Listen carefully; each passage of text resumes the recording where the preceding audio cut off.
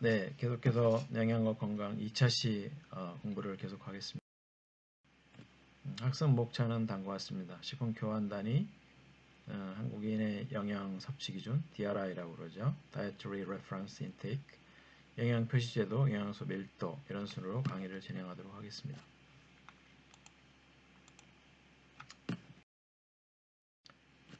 본 차시에서는 식품 교환법에 대해서 이해할 수 있도록 학습 목표가 구성되어 있고요.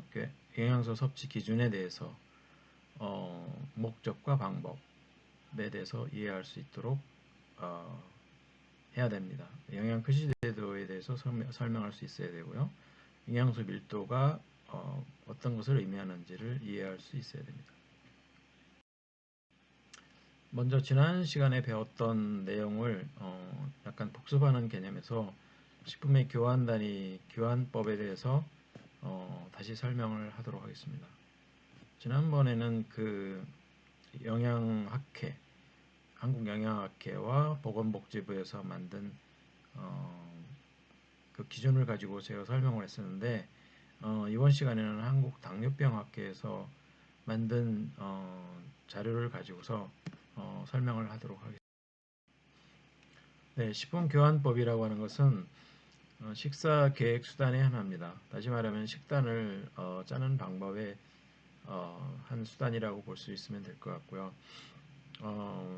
기본적으로 6가지 식품군을 기초로 해서 식단을 짜게 됩니다.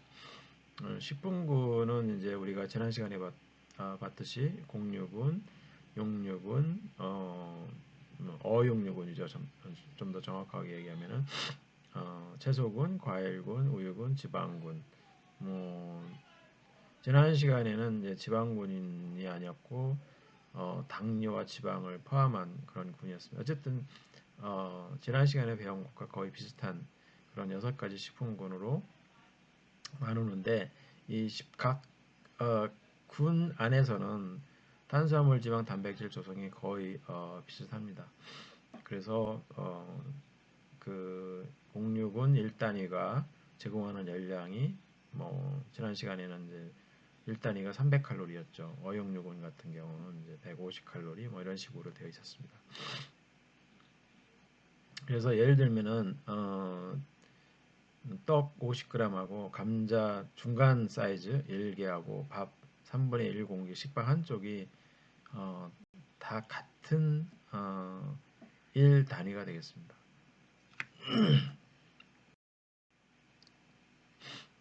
그래서 그 조금 전에 말씀드렸듯이 1단위라고 하면은 여기에서는 이제 당분으로 23g이 함유되어 있는 주로 탄수화물 위주의 그 식품을 의미합니다. 그래서 밥 3분의 1 공기, 식빵 한쪽 다 같은 1단위가 되겠고요. 열량은 100kcal가 되겠습니다. 그다음에 단백질 같은 경우는 이제 그 8g이 1단위가 되는데 고기 60g, 치즈 2장, 40g이죠. 달걀 1개, 100칼로리 또는 75칼로리, 50칼로리. 약간 좀 다릅니다. 열량은 좀 다르긴 하지만은 단백질 공급량은 똑같이 8g입니다. 과일류 같은 경우는 당질을 기준으로 해가지고 12g을 공급할 수 있는 것을 1단위로 책정을 하고 예를 들면 과일 주스 1컵 이게 이제 1단위가 되겠고요. 채소군 같은 경우 당질 3g을 공급할 수 있는 채소면은 이제 1단위가 됩니다. 시금치 70g, 열량으로는 20칼로리가 되겠습니다. 우유군 같은 경우는 우유 1컵, 열량으로는 이제 125kcal. 그다음에 지방군 같은 경우는 5g이 1단위가 되고 참기름 1작은술 또는 5ml 1테이블스푼 이렇게 이제 볼 수가 있고 열량으로는 45칼로리가. 네, 지금부터는 6가지 식품군에 대해서 말씀을 드리도록 하겠습니다. 곡류군 같은 경우는 지난번에도 얘기를 했지만은 주로 탄수화물을 공급하는 식품류가 되겠습니다. 예를 들면 밥이라든지 밀가루라든지 빵이라든지 뭐 감자 뭐 이런 것들이 여기에 해당되겠고요. 이런 것들을 이용해서 만든 식품이 곡류군입니다. 1교환 단위에 함유되어 있는 당질의 함량은 23g으로 당뇨병학회에서는 정의를 합니다. 그리고 그 단백질 함량은 2g, 열량은 100칼로리가 기준입니다. 그래서 1교환 단위에 해당되는 것이 그 쌀밥 또는 보리밥 70g, 3분의 1 공기 정도 됩니다. 쌀죽 140g, 삶은 국수 90g, 감자는 한 140g, 고구마 70g, 떡류 50g. 이것이 다 1교환 단위가 되겠습니다. 그래서 이게 다 1교환 단위이기 때문에 만약에 내가 식단을 짤 때 1교환 단위를 고르고 싶다 이러면은 이 중에서 그냥 고르면 됩니다. 예를 들어서 쌀밥 70g을 하든지 아니면은 인절미 50g을 하든지, 인절미 3개죠. 또 식빵 한쪽을 하든지, 콘프레이크 4분의 3컵을 하든지, 뭐 도토리묵 반물을 하든지 다 똑같이 1교환 단위에 해당이 되는 겁니다. 그러니까 식단을 짤 때 아주 쉽겠죠. 내가 뭐 2교환 단위라고 그러면은 이 중에서 뭐 각각 1 단위씩 고를 수도 있고 또 아니면은 어떤 특정한 식품을 2교환 단위를 골라도 됩니다.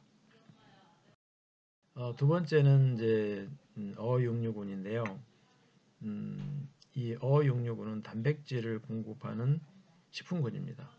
그래서 고기류, 생선류, 콩류, 뭐 알류, 뭐 해산물 또는 이들을 이용해서 만든 식품 이렇게 이제 정의할 수가 있겠습니다. 지방이 함유된 정도에 따라서 이 어육류군 같은 경우는 저지방군, 중지방군, 고지방군으로 분류가 되고요. 일단 1교환 단위에 함유되어 있는 영양소는 저지방군의 경우 단백질 8g, 지방 2g, 모식 칼로리. 중지방군 같은 경우는 단백질 8g, 단백질 양은 다 똑같습니다. 지방이 5g으로 좀 높고요. 고지방군 같은 경우는 지방이 8g, 열량이 100kcal가 되겠습니다. 그래서 그 1교환 단위에 속하는 것이 쇠고기 한 토막 40g, 생선 죄송합니다. 생선류 50g, 두부 포장두부 4분의 1 쪽 80g에 해당되겠습니다. 달걀 55g, 치즈 1.5장, 치즈 30g. 이것이 다 이제 어육류군에서 1교환 단위에 해당되는 양이 되겠습니다. 아까도 말씀드렸듯이 어육류군에서 1단위를 내가 선택을 해야 된다. 1단위를 선택을 해서 내가 식단을 짜고 싶다. 그러면은 여기에서 하나만 고르면 됩니다.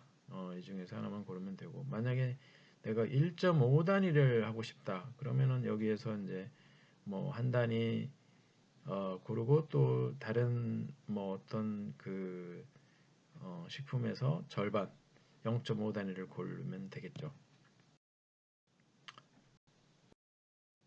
그다음 세 번째 과일군인데 과일군의 교환 단위는 당질 12g이 기준입니다. 열량은 50칼로리를 내는 것으로 기준을 잡았습니다. 1교환 단위에 해당되는 것이 곶감 15g, 귤 120g, 바나나 생거 50g, 반쪽이 되겠습니다. 배 110g, 뭐 이런 식으로 되어 있기 때문에 이 경우도 1교환 단위를 내가 상당히 여러 종류의 식품에서 선택을 할 수가 있죠. 그래서 식단을 짜는 것이 매우 쉬워집니다. 채소군도 마찬가지 1교환 단위의 기준은 당질 3g, 단백질 2g, 열량 20칼로리를 내는 식품이 되겠습니다. 예외적으로 이제 당질이 조금 많은 6g 정도 되는 경우도 물론 있긴 있는데 어쨌든 1교환단이라고 하면은 일반적으로 이런 그 단백질과 당질의 양을 함유하고 있고 열량은 이 정도를 내고 있는 것을 이제 의미합니다. 대부분의 채소 70g, 버섯류 50g, 김치류 50g이 1 교환 단위가 되겠습니다. 우유군 같은 경우는 1 교환 단위가 우유 한 컵인데 이 안에는 당질이 10g, 단백질 6g, 지방이 7g, 열량은 125kcal. 저지방 같은 경우는 이제 지방 함량이 적기 때문에 열량이 적습니다. 지방군 같은 경우는 식물성 기름, 고체지름, 뭐 드레싱 이런 것들이 여기에 해당되고요. 1교환 단위는 지방 5g을 공급하고 열량 45칼로리를 공급할 수 있는 식품을 의미합니다. 견과류 8g 1교환 단위입니다. 식물성 기름 5g, 드레싱류 10g 다 이제 1교환 단위에 속합니다. 그래서 6가지 그 식품군을 가지고서 이제 그 골고루 6가지 그 식품군에서 그 선발을 해가지고 내가 식단을 짤 수가 있어요. 예를 들어서 1400칼로리 정도 되는 식단을 짠다. 어떤 환자를 위해서. 그럼 공유군에서 7단위, 저지방 어육류군에서 1단위, 중지방군 어육류군에서 3단위, 채소군에서 6단위, 지방군에서 3단위, 요유군에서 1단위, 과일군에서 1단위. 이렇게 이제 하면은 열량을 다 이렇게 쭉 계산해 보면은 대략 1400 칼로리 정도가 되죠.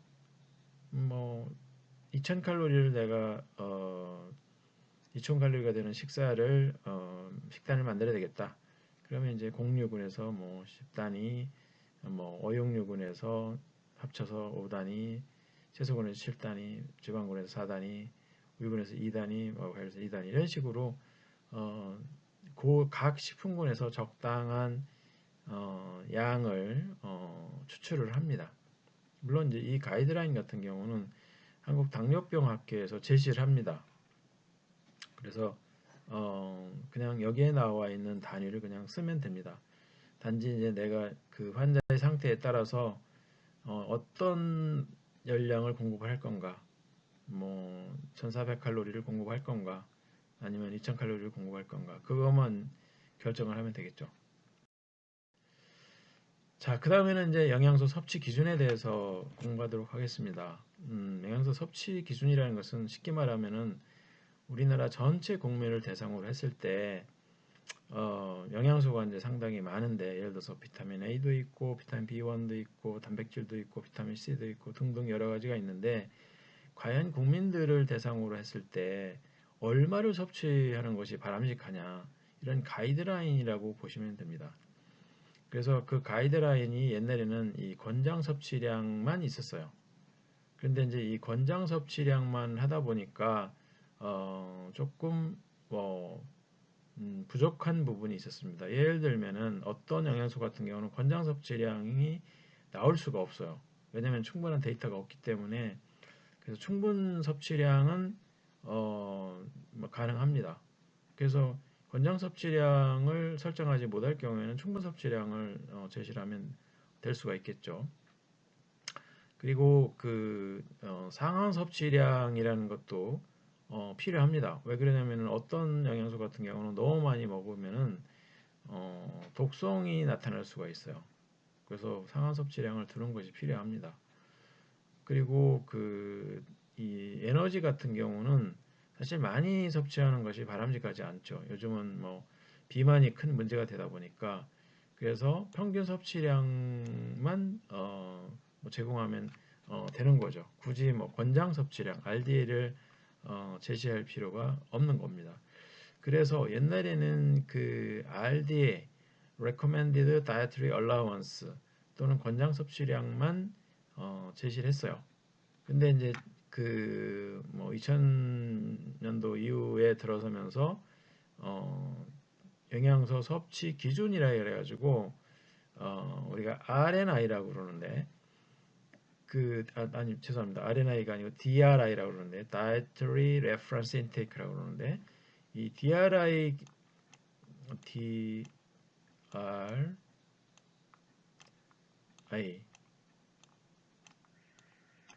Dietary Reference Intake의 약자입니다.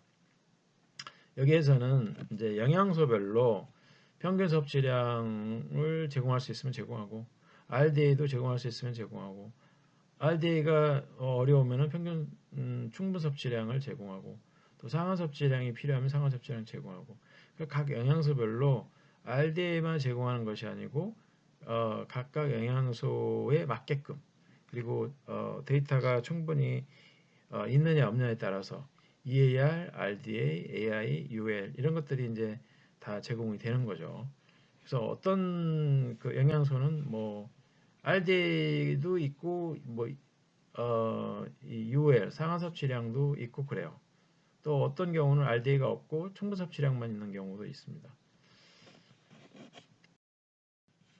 평균 섭취량이라는 것은 전 국민을 대상으로 해가지고 그 구성하는 사람들의 절반에 해당되는 사람들이 하루에 필요한 영양소량을 이제 의미합니다.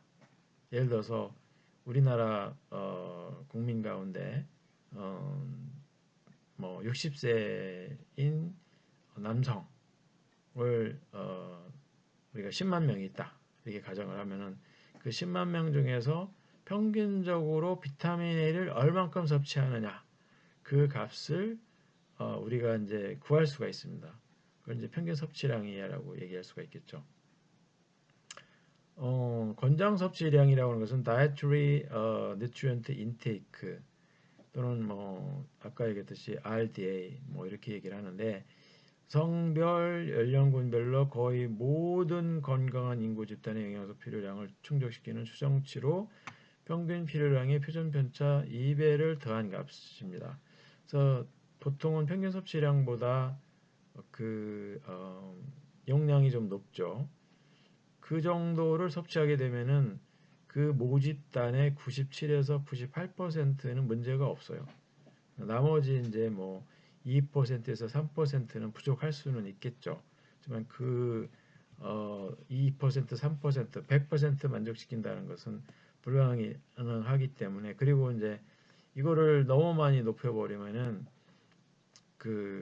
독성이 나타날 수 있는 그런 문제가 있기 때문에 어쨌든 권장 섭취량은 이 평균 섭취량에다가 표준 편차의 2배를 더해서 구하는 걸로 이렇게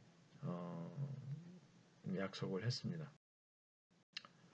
충분 섭취량이라고 하는 것은 아까도 말씀드렸듯이 권장 섭취량을 설정할 정도로 충분한 데이터가 아직 없다. 그렇다고 뭐 이거에 대해서 충분 섭취량을 제시는 해야 되겠다. 중요한 영양소이기 때문에 그런 경우에 이제 역학조사에서 관찰된 건강한 사람들의 영양소 섭취량의 중앙값을 충분 섭취량으로 제시를 합니다.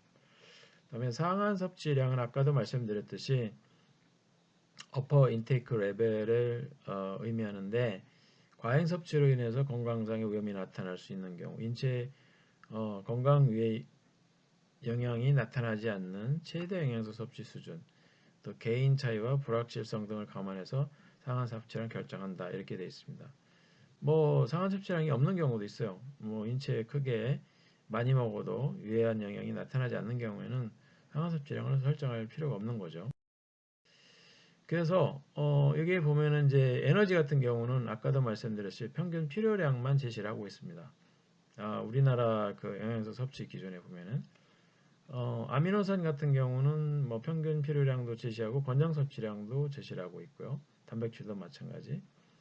그 다음에 식이섬유나 수분 같은 경우는 충분 섭취량만 제시를 하고 있고 비타민 A 같은 경우는 평균 필요량, 권장 섭취량, 충분 섭취량은 없고 상한 섭취량이 있습니다. 독성이 있다는 거죠. 비타민 D 같은 경우도 충분 섭취량, 권장 섭취량은 아직까지 충분한 자료가 없어서 제시는 못했고 상한 섭취량이 있습니다. 지용성 비타민 중에서 비타민 K를 제외하고 A, D, K는 모두 다 상한 섭취량이 설정되어 있습니다. 많이 먹으면 독성이 나타난다는 얘기죠. 수용성 비타민 경우는 권장 섭취량이 대부분 설정이 되어 있고요. 이 판토텐산하고 바이오틴만 충분 섭취량이 설정이 되어 있습니다. 그리고 세 가지 수용성 비타민 그리고 바이타민 C에 대해서는 상한 섭취량이 설정되어 있어요. 다시 말하면 비타민 C나 나이아신이나 B6나 엽산 이런 것들을 많이 섭취하게 되면 부작용이 생길 수 있다는 겁니다. 무기질 같은 경우도 뭐 권장 섭취량이 설정되어 있는 경우도 있고 충분 섭취량이 설정되어 있는 경우도 있고 상한 섭취량이 있는 경우도 있고 없는 경우도 있는데 대부분은 있습니다. 이 무기질 같은 경우는 많이 섭취하면은 독성이 나타날 수가 있어요. 그래서 이렇게 이제 그 상하 섭취량이 제시가 되어 있습니다. 이거는 2015년도에 발표된 한국인 영양소 섭취 기준, 아까 얘기했듯이 DRI인데, 뭐 예를 들면은 여기 뭐 에너지 같은 경우, 필요 추정량만 이렇게 쭉 나와 있습니다. 탄수화물이나 지방이나 오메가3 지방산, 영아기에는 충분 섭취량이 이렇게 설정이 되어 있는데 다른 연령대에는 이런 것들이 이제 설정되어 있지 않습니다. 반드시 필요한 영양소는 아니다. 이렇게 이제 볼 수가 있는 거죠. 그와 반대로 단백질 같은 경우는 연령대별로 평균 필요량과 권장 섭취량이 다 설정이 되어 있고 예를 들면은 여러분 정도 나이 19세에서 29세 남성의 경우는 65g을 권장을 하고 있고요. 권장 섭취량이 되겠고요. 여성의 경우는 그보다 조금 작은 55g 정도 성인을 기준으로 했을 때 식이 섭취 같은 경우는 뭐 권장 섭취량이 아니고 충분 섭취량입니다. 대략적으로 성인의 경우 25g, 여성의 경우는 20g 이렇게 설정이 또 뭐 이거는 필수 아미노산들인데요. 뭐 쭉 보시면 알겠지만은 대략적으로 뭐 권장 섭취량이 하루에 뭐 1.3g, 뭐 1g, 뭐 어떤 경우는 뭐 류신 같은 경우는 3g, 여성의 경우는 2.4g 뭐 이런 식으로 설정이 되어 있습니다.